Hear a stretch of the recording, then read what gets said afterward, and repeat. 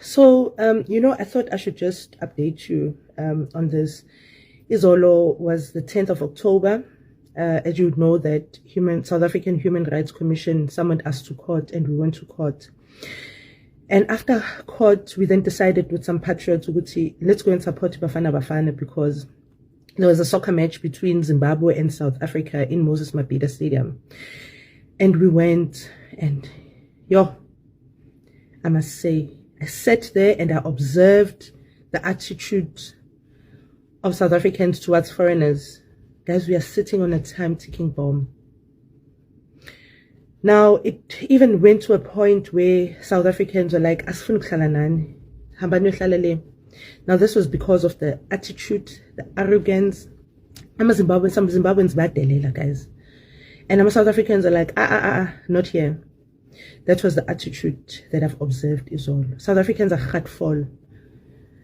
And, if government is not going to do anything about this immigration crisis we are facing as a country, we are on a time-ticking bomb. It's going to explode anytime soon. And I don't think government is ready for that. But I thought, let me just share my experiences. Since I was with the masses, a stadium, and I sat there and I observed. But yeah, that's what it is. So namhlanje siya SABD, we're looking at plus minus 50 to 60 of illegal migrants. Guys, come guys, come. We find these people from your company.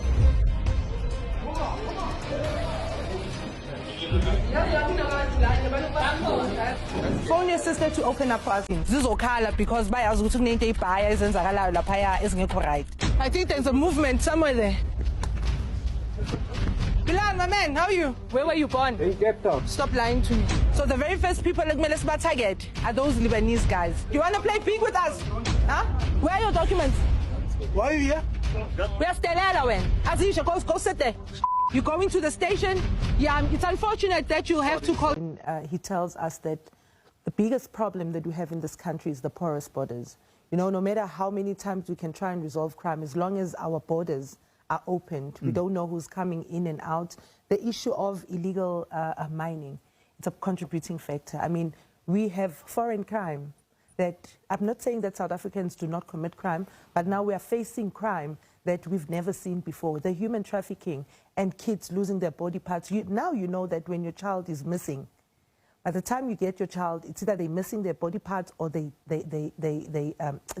unalived. Drugs. You find drugs in each and every corner, especially in our townships. 30 years later, when we're supposed to be celebrating that, freedom and all that, we're still facing issues like this. There is no political will to deal with crime. And, our police officers, corruption is the order of the day. And you can't go to a station and seek help like the gentleman is saying now. You are being asked such questions, and if it doesn't suit them, then they'll send you away. We, as Operation Dudula, have become private investigators because crimes are now reported to us because they feel unsafe going to the stations. They'd rather come to us and get help from us. But we, too, don't get enough help from the people that are supposed to be combating crime in our communities. And, it's a shame that we have people who are paid to do what they're supposed to be doing, but they do the opposite. You go to a station, you say that there's an emergency, you need police. They'll tell you that we don't have any vehicles at the station. But when you walk down the street, you find police vans just roaming around. They're buying things for themselves. They're doing their own personal things. So I feel that the law enforcement is not there in this country. And until then, if you look at our police, when last do they even go to fitness training? How will they fight crime if they are unfit? I mean, if I can give you an example of police officers that you can see that if they had to be running after a criminal,